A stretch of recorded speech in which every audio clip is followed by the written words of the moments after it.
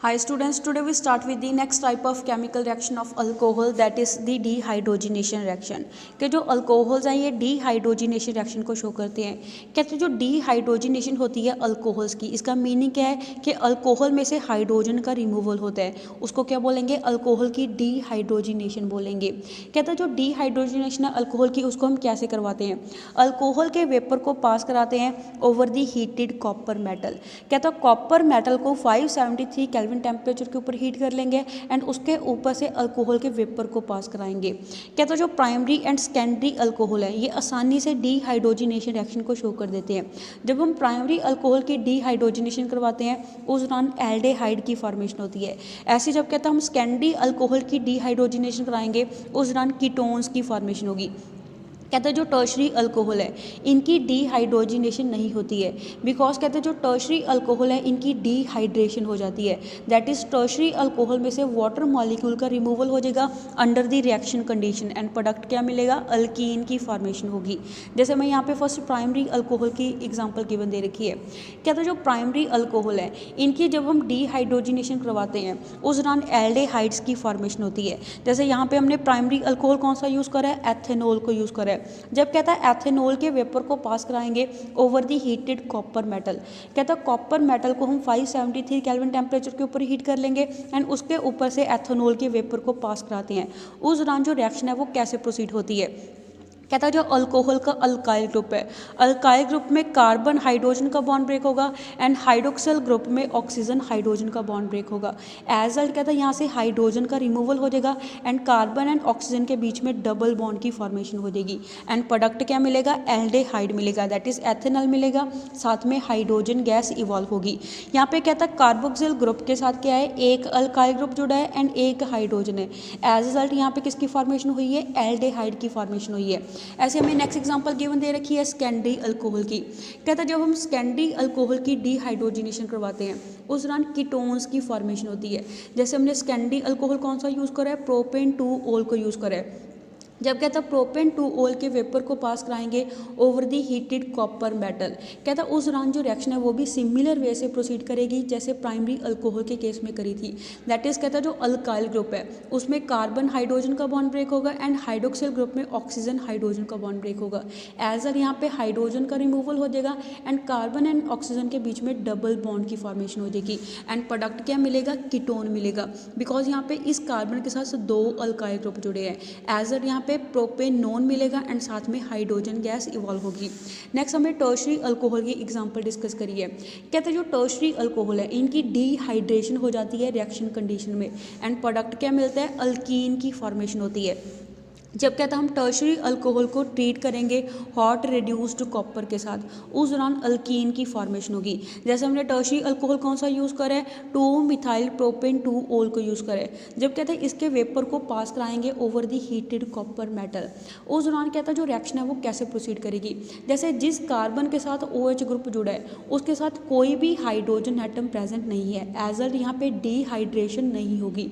यहाँ पे कहता क्या होगा, इस कार्बन के साथ 3 मिथाइल ग्रुप जुड़े हैं, तीनों मिथाइल ग्रुप का एटमॉस्फेयर सेम है, तीनों में से कहता है किसी भी एक मिथाइल ग्रुप का हाइड्रोजन रिमूव हो जाएगा एंड उस हाइड्रोजन के साथ क्या होगा, ये OH ग्रुप मिलके क्या बना लेगा, वाटर बना लेगा एंड इन दोनों कार्बन के बीच में डबल बॉन्ड की फॉर्मेशन हो जाएगी।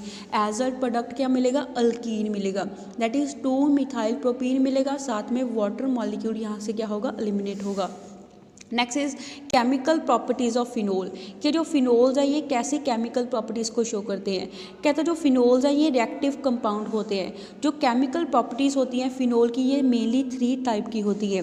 फर्स्ट इज कहता है जो फिनोल है वो किस वजह से रिएक्शन शो करते हैं, फिनोलिक ग्रुप के कारण रिएक्शन शो करते हैं, दैट इज OH ग्रुप के कारण रिएक्शन शो करते हैं। सेकेंड इज कहता है हम उन रिएक्शन के बारे में पढ़ेंगे जिसमें जो फिनोल है वो बेंजीन रिंग के कारण रिएक्शन शो करते हैं। थर्ड इज कहता है जो फिनोल है वो स्पेशल टाइप की रिएक्शन को भी शो करते हैं। फर्स्ट हम डिटेल में डिस्कस करेंगे reactions of the phenolic group, कि जो फिनोल के अंदर OH ग्रुप है उसके कारण कहता है जो फिनोल है वो कौन कौन सी रिएक्शन को शो करता है। First is acidic character. कहता है जो फिनोल्स है ये वीकली एसिडिक नेचर के होते हैं। इसके डिसोसिएशन कांस्टेंट की वैल्यू कितनी होती है 10⁻⁻8 से लेकर 10⁻10 तक वेरी करती है। कहते हैं ये ब्लू लिटमस को रेड में टर्न कर देते हैं एंड ये रिएक्शन शो करते हैं एल्कली मेटल के साथ एंड एल्कली के साथ एंड प्रोडक्ट क्या बनाएंगे एल्कली मेटल के सॉल्ट बनाएंगे। जैसे हमें यहाँ पे एग्जाम्पल गिवन दे रखी है दैट इज यहाँ पे कहता है जो 2 फिनोल के मॉलिक्यूल्स हैं ये रिएक्शन शो करेंगे 2 सोडियम एटम के साथ। उस दौरान कहता है ये जो रिएक्शन है वो कैसे प्रोसीड करेगी। जैसे हम उन रिएक्शन के बारे में पढ़ रहे हैं जिसपे जो फिनोलिक ग्रुप है वो पार्टिसिपेट करता है। दैट इज यहाँ पे कहता है जो हाइड्रोक्सिल ग्रुप है इसमें ऑक्सीजन हाइड्रोजन का बॉन्ड ब्रेक होगा एंड हाइड्रोजन की जगह जाके क्या लग जाएगा सोडियम मेटल लग जाएगा। एज अ प्रोडक्ट क्या मिलेगा सोडियम फेनोक्साइड मिलेगा एंड साथ में हाइड्रोजन गैस इवॉल्व होगी। ऐसे हमें नेक्स्ट फिनोल की रिएक्शन गिवन दे रखी है एल्कली के साथ दैट इज सोडियम हाइड्रोक्साइड के साथ। कहते हैं यहाँ पे भी सिमिलर वे से रिएक्शन होती है दैट इज ऑक्सीजन हाइड्रोजन का बॉन्ड ब्रेक होता है एंड हाइड्रोजन की जगह जाके क्या लग जाएगा सोडियम मेटल का आयन लग जाएगा एंड प्रोडक्ट क्या मिलेगा सोडियम फेनोक्साइड मिलेगा। यहाँ पे कहता है जो हाइड्रोजन बाहर निकला है वो OH के साथ मिलकर क्या बना लेगा वाटर बना लेगा। जबकि कहता है जो फिनोल्स है ये वीकर एसिड होते हैं as comparison to carboxylic acid के। देखो कहता है कार्बोजाइलिक एसिड की तरह जो फिनोल है ये सोडियम कार्बोनेट के साथ भी रिएक्शन शो नहीं करते सोडियम बाइकार्बोनेट के साथ भी रिएक्शन शो नहीं करते एंड वहाँ से कार्बन डाइऑक्साइड गैस है वो इवॉल्व नहीं होगी। कहता है जो एसिडिक करैक्टर होता है फिनोल का वो किस वजह से होता है बिकॉज कहता है फिनोल के अंदर पोलर OH ग्रुप प्रेजेंट होता है। कहता है जो हाइड्रोक्सिल ग्रुप है दैट इज कहता है जो OH ग्रुप है फिनोल में वो डायरेक्टली किसके साथ जुड़ा होता है sp2 hybridised carbon of benzene ring के साथ जुड़ा होता है। कहता है जो बेंजीन रिंग है वो कैसे बिहेव करती है as a electron withdrawing group behave करती है। कहता है sp2 हाइब्रिडाइज्ड कार्बन एटम है जो बेंजीन रिंग का। कहता है इसकी sp2 हाइब्रिडाइजेशन होने के कारण क्या होती है हाई इलेक्ट्रोनेगेटिविटी होती है बिकॉज इसमें S करैक्टर ज़्यादा होता है। कहता है जो क्या करेगा जो इलेक्ट्रॉन डेंसिटी है जो ऑक्सीजन के ऊपर उसको डिक्रीज कर देगा। एज रिजल्ट कहता है जो ऑक्सीजन हाइड्रोजन के बॉन्ड की पोलैरिटी है वो क्या हो जाएगी इंक्रीज हो जाएगी। तो वहाँ से कहता जो फिनोल है फिनोल के अंदर आयनेशन क्या हो जाएगी बढ़ जाएगी। एज रिजल्ट कहता है वहाँ से जो H पॉजिटिव आयन है वो आसानी से बाहर निकल जाएगा एक्वस सोल्यूशन में से। जैसे हमें यहाँ पे इसकी रिएक्शन गिवन दे रखी है कहता है यहाँ पे हमें फिनोल का स्ट्रक्चर गिवन दिया हुआ है। फिनोल के स्ट्रक्चर में जो OH ग्रुप है वो डायरेक्टली किसके साथ जुड़ा है बेंजीन रिंग के साथ जुड़ा है। कहता है बेंजीन रिंग में क्या होता है अल्टरनेट पोजीशन के ऊपर डबल बॉन्ड पड़े होते हैं। यहाँ पे कहता है जो OH है वो डायरेक्टली किसके साथ जुड़ा है डबल बॉन्ड वाले कार्बन के साथ जुड़ा है। इस कार्बन की हाइब्रिडाइजेशन कौन सी है sp2 हाइब्रिडाइजेशन है। कहता है यहाँ पे इसकी sp2 हाइब्रिडाइजेशन होने के कारण S करैक्टर ज़्यादा है इसमें S करैक्टर ज़्यादा है तो दैट मीन्स इसकी हायर इलेक्ट्रोनेगेटिविटी है। हाई इलेक्ट्रोनेगेटिविटी होने के कारण ये क्या करेगा ऑक्सीजन की तरफ से ये वाले इलेक्ट्रॉन पेयर को अपनी तरफ ज़्यादा अट्रैक्ट करेगा। एज रिजल्ट कहता जो ऑक्सीजन के ऊपर इलेक्ट्रॉन डेंसिटी है ये क्या हो जाएगी डिक्रीज हो जाएगी। कहता है ये अपनी इलेक्ट्रॉन डेंसिटी को वापस इंक्रीज करने के लिए क्या करेगा हाइड्रोजन की तरफ से इलेक्ट्रॉन पेयर को अपनी तरफ ज़्यादा अट्रैक्ट करेगा। एज रिजल्ट कहता जो ऑक्सीजन हाइड्रोजन का बॉन्ड है इसमें पोलैरिटी इंक्रीज हो गई। जितनी ज़्यादा पोलैरिटी आएगी उतना आसानी से H पॉजिटिव आयन यहाँ से क्या होगा बाहर निकलेगा। एज रिजल्ट कहता यहाँ पे हमारे पास प्रोडक्ट फॉर्मेशन क्या होगी फेनोक्साइड आयन मिलेगा साथ में H पॉजिटिव आयन मिलते हैं। नेक्स्ट इज कहता है जो फिनोल्स हैं ये ज़्यादा एसिडिक नेचर के होते हैं एज कंपैरिजन टू अल्कोहल के। कहता है जो ग्रेटर एसिडिक करैक्टर होता है फिनोल का एज कंपैरिजन टू अल्कोहल के वो किस वजह से होता है बिकॉज कहता है जो फिनोल्स है ये रेजोनेंस को शो करते हैं। कहता है जो फिनोल है ये रेजोनेंस हाइब्रिड होता है फॉलोइंग स्ट्रक्चर्स का। जैसे हमें यहाँ पे इसके रेजोनेटिंग स्ट्रक्चर गिवन दे रखे हैं। कहता है फिनोल के अंदर क्या होता है जो OH ग्रुप है वो बेंजीन रिंग के साथ जुड़ा होता है एंड यहाँ पे ऑक्सीजन के ऊपर 2 लोन पेयर प्रेजेंट होते हैं। कहता है ये लोन पेयर को क्या करेगा रिंग के साथ कॉन्जुगेशन शो कर देगा। एज रिजल्ट वहाँ से हमारे पास फॉलोइंग रेजोनेटिंग स्ट्रक्चर है वो आ जाएंगे। कहता है इन रेजोनेटिंग स्ट्रक्चर से हमें क्या चीज़ क्लियर हो रही है कि जो 3 रेजोनेटिंग स्ट्रक्चर है फिनोल के दैट इज कहता है जो 3rd 4th and 5th resonating structure है फिनोल का इसमें जो पॉजिटिव चार्ज है वो किसके ऊपर आ रहा है ऑक्सीजन एटम के ऊपर आ रहा है OH ग्रुप के। कहता है ये जो ऑक्सीजन एटम है ये क्या करेगा इसके ऊपर इलेक्ट्रॉन डेंसिटी डिक्रीज हो जाएगी। एज रिजल्ट ये क्या करता है जो इलेक्ट्रॉन पेयर होता है OH बॉन्ड का उसको अपनी तरफ ज़्यादा अट्रैक्ट करेगा जिसके कारण कहता है जो OH बॉन्ड है ये क्या हो जाएगा वीक हो जाएगा। देयरफॉर कहता है वहाँ से जो आसानी से H पॉजिटिव आयन है वो क्या हो जाएंगे बाहर निकल जाएंगे। सिमिलरली कहता है जो फेनोक्साइड आयन बनता है जब कहता है H पॉजिटिव फिनोल में से बाहर निकल जाएगा पीछे क्या बचेगा फेनोक्साइड आयन बचेगा। कहते हैं ये भी क्या होता है रेजोनेंस स्टेबलाइज होता है। जैसे इसके भी रेजोनेटिंग स्ट्रक्चर हमें यहाँ पे गिवन दे रखे हैं।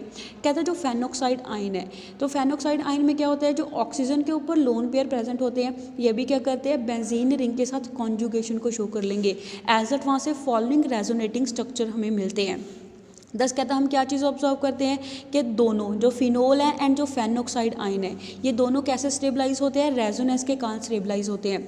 नाउ अगर कहता हम केयरफुली ऑब्जर्व करें रेजोनेटिंग स्ट्रक्चर को, उस दौरान हम क्या चीज़ देखते हैं कि जो फेनोक्साइड आयन है ये ज़्यादा रेजोनेंस स्टेबलाइज होता है एज़ कंपेरिजन टू फिनोल के।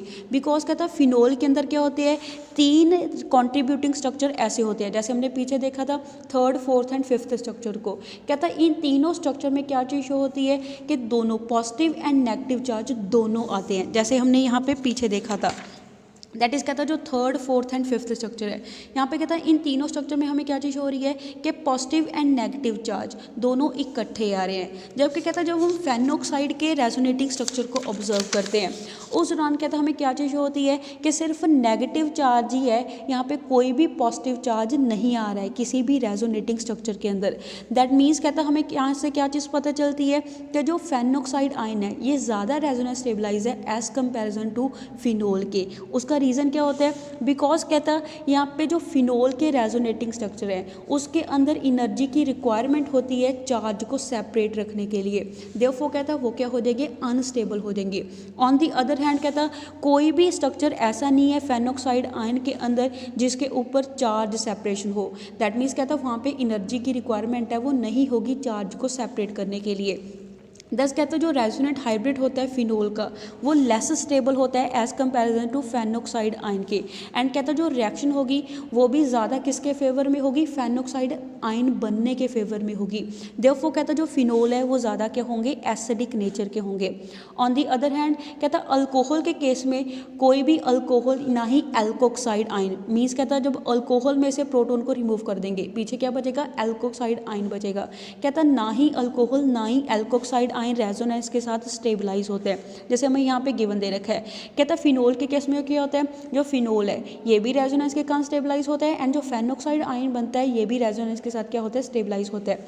बट कहता है जो फेनोक्साइड आयन है ये ज़्यादा रेजोनेंस स्टेबलाइज होता है एज कंपेरिजन टू फिनोल के, जिसके कारण जो फिनोल है वो ज़्यादा स्टेबिलिटी को एक्वायर करने के लिए क्या करेगा, H पॉजिटिव आयन को लूज कर देगा।